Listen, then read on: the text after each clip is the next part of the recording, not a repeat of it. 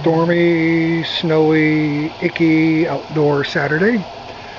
I have 2 jars, that's all I had, of fajita chicken with peppers and onions in it.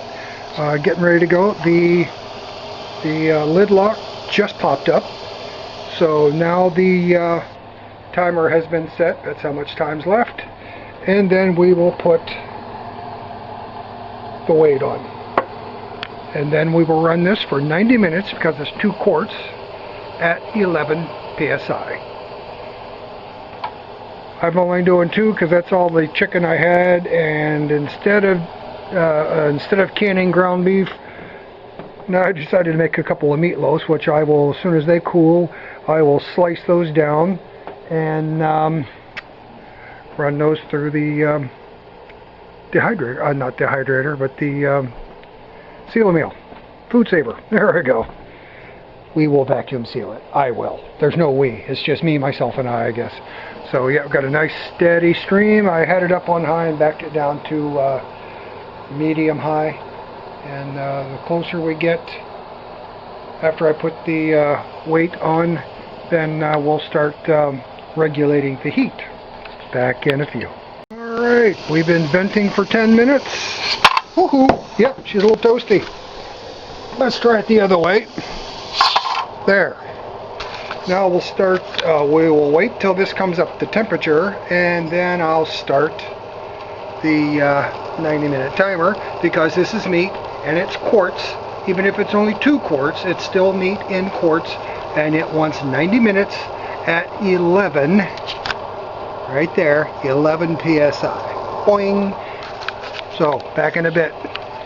And I also reduced the heat by 1 notch. I took it down to 7 or 5.5 from 6. High, I think, is 7 or 8. It would probably be 7 if the dashes are, if the lines are half markings, then I guess high is 7 here, so we're down to about 5.5. And as you can see, the pressure's starting to come up. This is a 15-pound weight, so it will start to wobble at 15 psi. But we're going to gradually ease the heat back as the pressure comes up and try to get it to steady in at 11 pounds. First time canning on this stove, so it's going to be a little while. I might have to do a little bit of chasing to get it figured out, but stand by. We're going to have some fajita in the jars, ready to eat whenever I want later. Boy. Alright, it's been about 5 or 6 minutes, and it's already, the pressure's come up quite a bit. I did bump the temperature up as much as I could figure out. I'm going to ease it back to 5, and we'll see how that, maybe I'll bump it up there, run it right about there, and we want to try to catch this when it hits 11 psi. It's okay if it's a little bit over, but I don't want it to be less than 11 psi. And again, that is a 15 psi weight, so if it goes up to 15, that's fine, but we need a minimum of 11 psi. Back in a bit, and as you can see, the gauge is still coming up, so we should be able to catch it pretty good. Back in a few. We hit 11 psi, and I am slowly easing the heat back up just a little bit at a time until it holds steady. As long as I don't, if I go over 15, then that's going to start to wobble a little. That's not a big deal. I can now start. Where is it? Here it is. Now we can start the timer. So I'm going to just keep an eye on that. It's still easing up. So we'll just ease this back just a bit. And I will keep an eye on that. You don't have to sit here and stare at the gauge, but I'm just going to keep an eye on it as long as it doesn't continue rising, and especially as long as it doesn't drop back. Looks like it's still coming up a little bit, but I'm going to let it go. You go in small little adjustments, and don't go chasing it all over the place. I'll be back probably when we're ready to pull. Well, we're almost there. It's the pressure's still easing up a little bit, but at the same time I've been easing the temperature down. I will probably knock this. I'm going to let it go for a couple of minutes at this setting, see how it goes. But you got to remember, this is kind of like an airplane. It takes a lot of energy to get off the ground, but once you get the cruising altitude, it doesn't take very much energy at all to maintain altitude and speed. So yeah, I might even have this down to 3.5, maybe closer to 4. It's still coming up just a little bit. So what we're going to do, drop that back to 4. And I'll keep a close eye on the gauge and make sure it doesn't drop below 11 psi. That's all I got to do. I don't want to be chasing this thing back and forth. Again, I don't mind if it comes up to 15. That weight will start to wobble a little bit. It'll vent. But it's as long as I stay above 11 psi for 90 minutes, we're in good shape. Back in a while.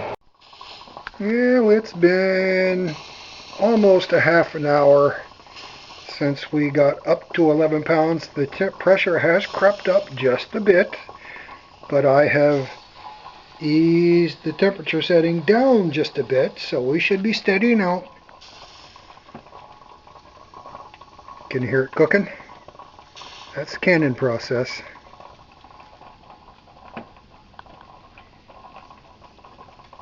But anyway, we are in the sweet spot pretty much. I could ease the throttle back a little bit and let the pressure drop a little bit. I don't really want the pressure to drop. I just want it to hold steady where it is. So if I see the pressure creeping up, I'll just ease the temperature back just a little bit more. But again, it's like an airplane taking off. It takes a lot of energy to get off the ground, a little bit less energy to get up to cruising altitude, but once you get there, you're not using a whole lot of energy just to maintain that one spot. Again, I've almost got it down to 3. We're about 3.5 now. You can see.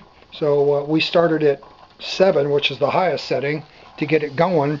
Then just gradually ease back. It might actually come back a little bit more. We shall see. I'm not going to stress about nailing it exactly on 11 pounds. I mean, it's a little over 12 psi right now, and that's not a problem. And we've got an hour and 7 minutes, hour and 8 minutes and 50 seconds left to go. Back in a bit. Time's up. And now, okay, cancel. There we go. You can stop anytime now. Stupid smartphones. Now the really tricky part. And we have maintained right around 12 psi for the whole time, but the really tricky part, just turn it off. Now you can ignore it. Don't have to keep an eye on it. Now we're just going to let it go until the lid lock button falls back in. Of course, the pressure gauge should be back down to 0 by then. We'll let it sit for a while. It doesn't matter how long. It's just going to be cooling off and reducing pressure now. After things are down to 0 and just let things sit for a while, then I'll just pull that off and we can crack the lid open. But that's probably maybe an hour away. Until then, we got meatloaf going. This is the second one. I got 6 nice slices, here we go, out of the first one. I made 2. And right now I'm just vacuum sealing them. And I probably can't get this on video. Maybe I can. Let's see if we can get that in there. Because I don't have my tripod out like I always complain about people should do. Get a tripod. Is it in there? Yeah, that'll work. Push vacuum seal. I have already sealed this edge by just hitting the seal button.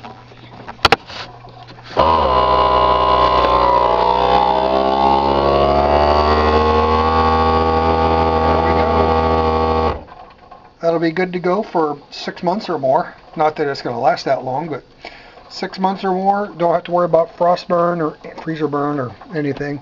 All the air is pretty much out of it. Okay, that's it. Fun's over. Now I have figured out a way to hold the bag open and get the meat in with a spatula without getting goop all over the front edge. It just seals better that way if you do. Back later. Bye. Well, there's the results. I know you're probably figuring there was going to be a ton of like 700 jars or so, but no, that's all the chicken I had. You can see this one is still bubbling, and they've been out of the canner for well over half an hour or more, maybe almost an hour. So that's how long they go. This one looks like some of the water or juices or broth, whatever you want to call it. Looks like some of that siphoned out, because I did see some over in the canner, in the water when I pulled them. I'm going to attribute that to not leaving enough headspace. It did pop in and seal after I pulled it out, but this one will go in the fridge, and I'll be cooking up some meals with that, probably with some rice and black beans or something, and we'll just take it from there. This one looks good. It's still hot, but it's in, and this one's in. They both sealed, but we're going to let them cool. Like I said, this one looks like it's in pretty good shape, and that one there, I'll be putting that in the fridge, and I'll cook up a meal, and that'll probably be a week's worth of you know, like a fajita rice bowl or something like that. That's all right. If it didn't quite turn out, it's not going to go bad. I'm still going to wind up eating it. And in fact, I can see right there some of the stuff did seep out. That's all right. It's going to get eaten one way or another. It just isn't going to get canned. This one, I can see some of the meat above the water, so I may be putting both of them in the fridge and eating them up. But they did seal. That's the main thing. And I was wondering if I left enough headspace when I packed them. Should have done them in quart jars. Probably could have got pints. Probably could have got 4 pints out of it instead of the 2 quarts. But maybe even 5 pints. That's all right. Live and learn. It's the first time in a few years since I've done this. So, hope you enjoyed. Catch you later. Life is good.